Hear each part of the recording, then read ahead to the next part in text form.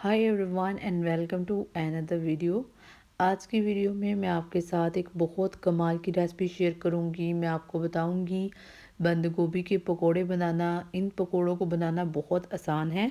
इसके अलावा इसकी ख़ास बात यह है कि आप इसको चाय के साथ भी सर्व कर सकते हैं।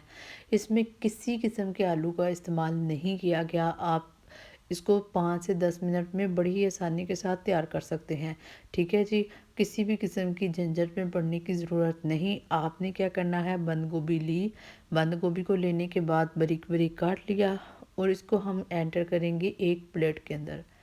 अच्छा जी, प्लेट के अंदर एंटर करने के बाद हमने इसको अच्छे तरीके से वॉश कर लेना है।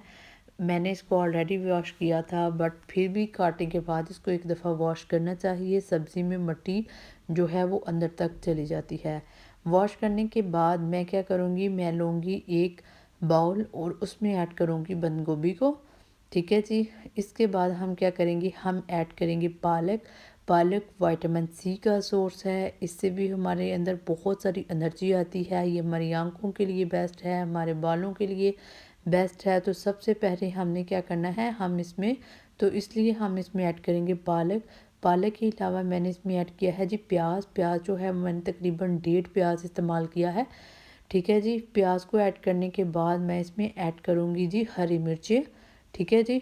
हरी मिर्चें जो है वो आप देख सकते हैं, मैंने तकरीबन 8 से 10 मिर्चें जो हैं वो इस्तेमाल की हैं। इसके बाद इसमें ऐड करूँगी जी बेसन। ठीक है, जिसे ग्राम फ्लोर भी कहा जाता है। मेरा जो मैंने 1 कप जो है वो ग्राम फ्लोर का लिया है। तो यहाँ पे मैं आपको एक और बात बताती चलूँ कि चूँकि मेरा जो कप है वो अंदर से गीला था, तो इस वजह से ये जो बेसन है ये इसके साथ चिपक गया है। तो अब मैं क्या करूँगी, अब मैं इसको निकाल लूँगी और निकालने के बाद मैं इसमें डाल लूँगी मसाला जात। मसाला जात में बहुत आसान है, आपने अपनी क्वांटिटी के मुताबिक इस्तेमाल करने हैं। मैंने खुश्क धनिए का पाउडर इस्तेमाल किया है, ज़ीरे का पाउडर इस्तेमाल किया है, चाट मसाला ऐड किया है, नमक ऐड किया है, दरदरा मिर्च ऐड की है, खुश्क धनिया ऐड किया है और ज़ीरा ऐड किया है। तमाम चीज़ों को डालने के बाद हम इसको अच्छे तरीके से मिक्स करेंगे। ठीक है जी। मिक्स करने के बाद आपने इसको पानी के साथ मिक्स करना है। यहाँ पे मैं आपको एक बात बताते चलूँ कि आपने तमाम पानी को एक मर्तबा ही इसके अंदर उंडेलना नहीं, थोड़ा थोड़ा करके हम डालते जाएंगे और इसको मिक्स करते जाएंगे। ठीक है जी।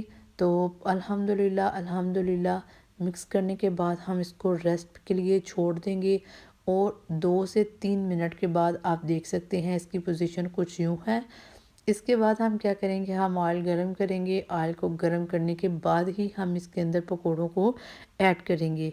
तो आप देख सकते हैं ऑयल काफ़ी गर्म हो चुका है। अब 1 बाय 1 हम तमाम पकोड़ों को डालते जाएंगे। ठीक है। इस पकोड़ों के बारे में आपको ख़ास बात एक और बताती चलूँ कि ये बहुत जल्दी रंग जो है वो छोड़ते हैं, तो इसलिए आपने इसको थोड़ा थोड़ा फ्राई करने के बाद ही निकाल लेना है। इसके अलावा ये आपने एहतियात के साथ इनको बनाना है, ये बिखर भी सकते हैं क्योंकि आलू इनका सपोर्ट सिस्टम जो है वो इसके अंदर मौजूद नहीं है।